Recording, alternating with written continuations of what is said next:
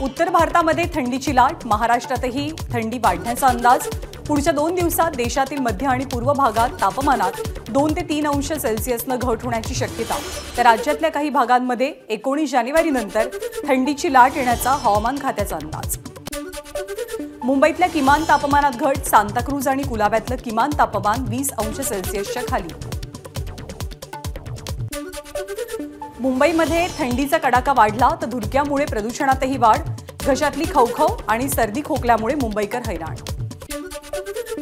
धारावीकरांना मुंबईतील अन्य कोणत्याही झोपडपट्टी पुनर्वसन प्रकल्पापेक्षा अधिक जागा मिळेल। पात्र निवासी सदनिका धारकांना अतिरिक्त 350 चौरस फूट जागा मिळणार आहे। DRPPLची घोषणा। म्हाडातर्फे आयोजित विशेष अभियानाला 15 फेब्रुवारीपर्यंतची मुदतवाढ। गिरणी कामगार आणि त्यांच्या वारसांची पात्रता निश्चितीसाठी दिली मुदतवाढ। विमानतळ परिसरामध्ये 40 मजली टॉवर बांधण्याची म्हाडाची हायकोर्टाकडे मागणी। सर्वसामान्यांसाठी घरं बांधताना विमानतळ सुरक्षेसोबत तडजोड करता येणार नाही, हायकोर्टाची भूमिका।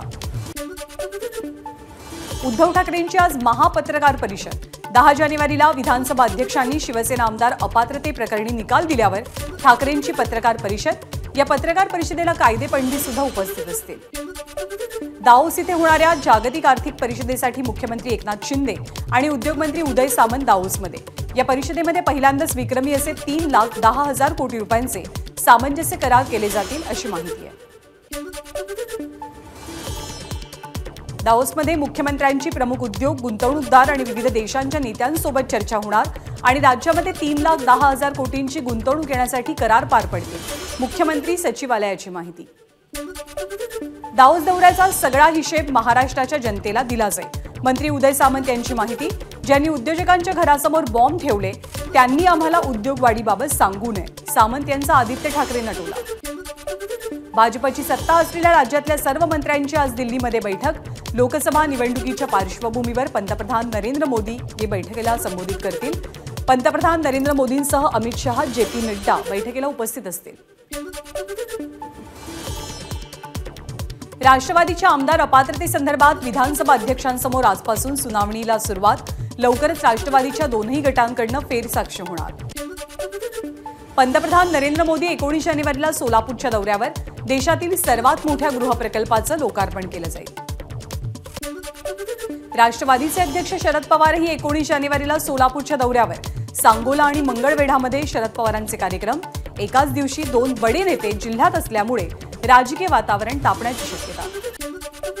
शरद पवारांचा आज निपाणी दौरा। निपाणीमध्ये पवारांच्या उपस्थितीत कृतज्ञता मेळाव्याचं आयोजन। शरद पवारांकडून चिकोडी मतदारसंघावरती लक्ष केंद्रित असल्याची चर्चा। विधानसभा अध्यक्ष राहुल नार्वेकरांच्या निकालाविरोधात ठाकरे गट सुप्रीम कोर्टात। ठाकरे गटाकडून सुप्रीम कोर्टात याचिका दाखल। अनिल परब यांनी दिलेल्या 2018च्या पत्रात घटना दुरुस्तीचा उल्लेखही नाही। वेळेमध्ये घटना दुरुस्ती केली असती तर आता ही वेळ आली नसती। राहुल नार्वेकरांचा ठाकरेंवरती पलटवार। कोरोना काळात प्रतापराव पवारांशी संबंधित असलेल्या कंपनीत 435 कोटी रुपये कुठून आले? भाजपचे नेते किरीट सोमय्यांचा सवाल। या प्रकरणी सोमय्यांचे PMRDA कार्यालयामध्ये अर्जही दाखल। पंतप्रधान नरेंद्र मोदींना खुश करण्यासाठी नारायण राणेंचे शंकराचार्यांवरती आरोप। ठाकरे गटाचे आमदार वैभव नाईक यांचं वक्तव्य।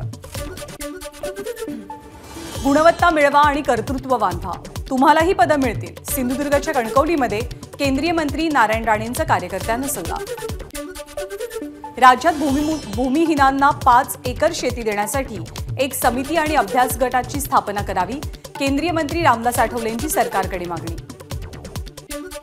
राहुल गांधींनी लवकरात लवकर लग्न करावं। दलित समाजात अनेक चांगल्या मुली। केंद्रीय मंत्री रामदास आठवलेंचा राहुल गांधींना अजब सल्ला। केंद्रीय मंत्री रामदास आठवलेंकडून प्रकाश आंबेडकरांना NDAमध्ये येण्याची ऑफर। इंडिया आघाडीमध्ये स्थान मिळत नसेल तर आंबेडकरांनी आमच्या सोबत यावं, आठवलेंचं विधान। प्रकाश आंबेडकरांमुळे गेल्या निवडणुकीत काँग्रेसचे 9 खासदार पडले, पृथ्वीराज चव्हाणांचं वक्तव्य। मात्र यावेळेला प्रकाश आंबेडकर आमच्या सोबत असतील, चव्हाण यांना विश्वास। महायुतीचे राज्यभरात 36 जिल्ह्यांमध्ये महामेळावे। मेळाव्यामध्ये नरेंद्र मोदींना पंतप्रधान करणं आणि राज्यामध्ये 45 पेक्षा जास्त जागा जिंकणं हे उद्दिष्ट। भाजप आमदार प्रसाद लाड यांची प्रतिक्रिया। शरद पवार आणि अजित पवारांच्या मनात अजूनही गोपीनाथ मुंडे यांच्याबद्दल द्वेष. प्रकाश महाजन यांची टीका. महायुती लोकसभेत विजयी होईल पण विधानसभेत नाही. प्रकाश महाजन यांचं वक्तव्य. कल्याण लोकसभेसाठी एकही निष्ठावंत उद्धव ठाकरेंकडे शिल्लक नाही. शिंदे गटाच्या ठाणे जिल्हा आघाडी प्रमुख मीनाक्षी शिंदेंची ठाकरेंवर टीका. जानेवारी महिन्यामध्ये मुख्यमंत्री स्वतःच राजीनामा देतील. ठाकरे गटाचे नेते अनंत गीतेंचं वक्तव्य. सुप्रीम कोर्टात मुख्यमंत्री एकनाथ शिंदेंसह 16 आमदार अपात्र ठरतील, गीतेंचा दावा. जालना जिल्ह्यातील जाफराबाद तालुक्यातल्या भारत इथे दुष्काळ परिषदेचं आयोजन. राजू शेट्टी प्रमुख उपस्थिती दर्शवतील. या परिषदेमध्ये सोयाबीन आणि कापसाचा हमीभाव यासोबत मराठा आरक्षणाची मागणी करण्यात येईल. सुषमा अंधारेंना कल्याण लोकसभा मतदारसंघातून उमेदवारी द्यावी. ठाकरे गटाच्या पदाधिकाऱ्यांची उद्धव ठाकरेंकडे मागणी. मिलिंद देवरा यांच्यानंतर युवक काँग्रेसचा प्रिया दत्त यांना विरोध. युवक काँग्रेसच्या विजय गोरेंनी राहुल गांधींना पत्र लिहून प्रिया दत्त यांना विरोध दर्शवलाय. मुंबई काँग्रेसमधनं पक्षविरोधी कारवाईबद्दल 23 सदस्यांचं निलंबन.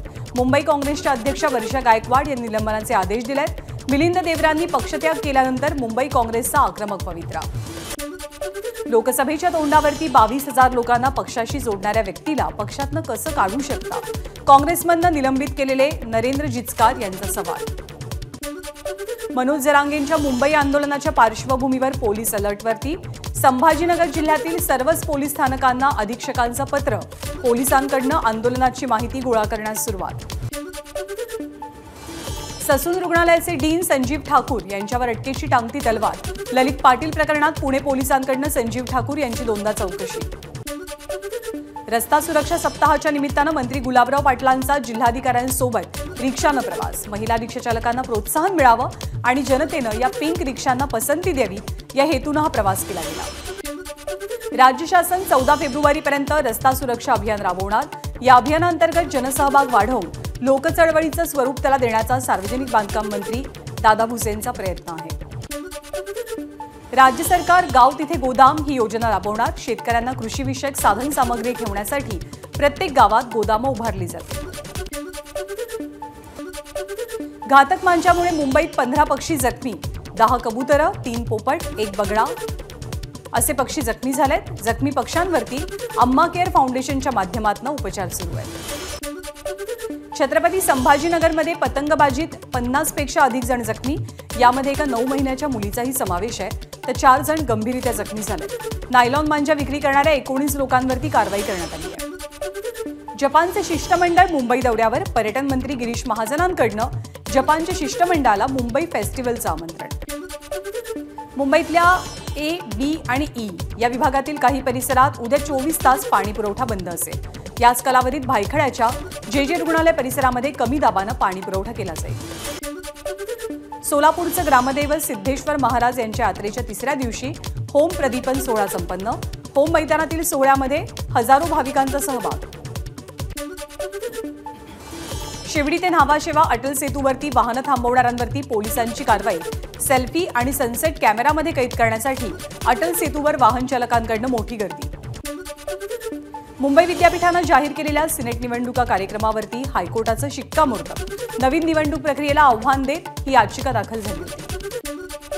अहमदनगरमध्ये मंत्री विखे पाटील यांच्या गावात 9 वर्षीय मुलावरती बिबट्याचा हल्ला. हल्ल्यात 9 वर्षीय मुलाचा मृत्यू. लवकरात लवकर बिबट्याला पकडण्यात येईल, वन खात्याच्या अधिकाऱ्यांची माहिती.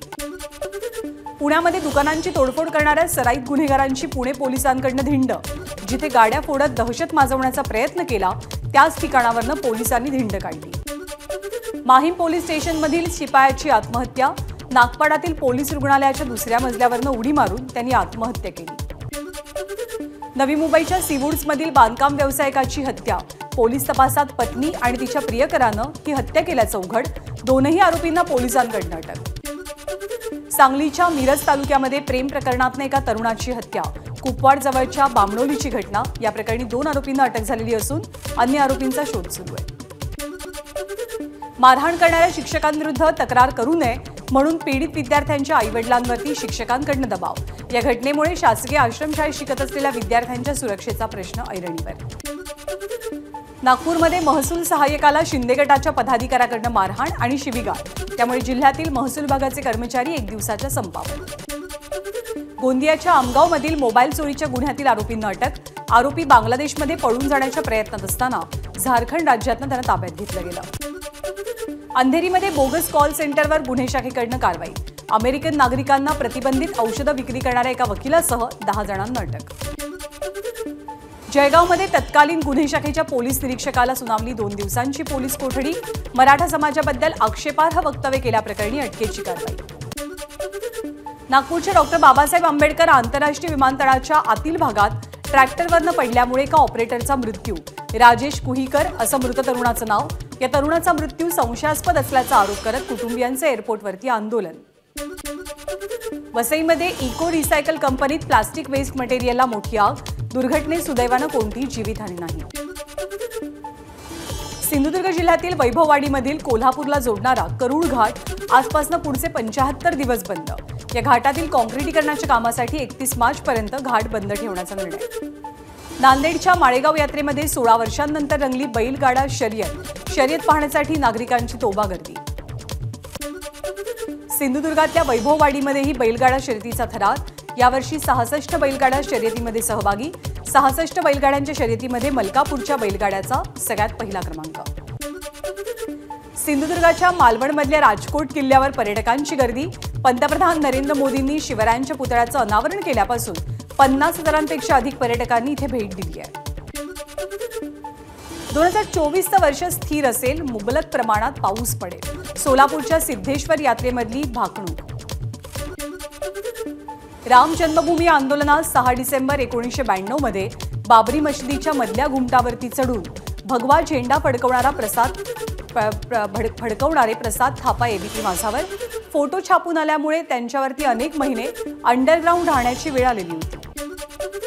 अकोला जिल्ह्यातील अकोटमधील दिव्यांग तरुण सायकलनं अयोध्येसाठी रवाना.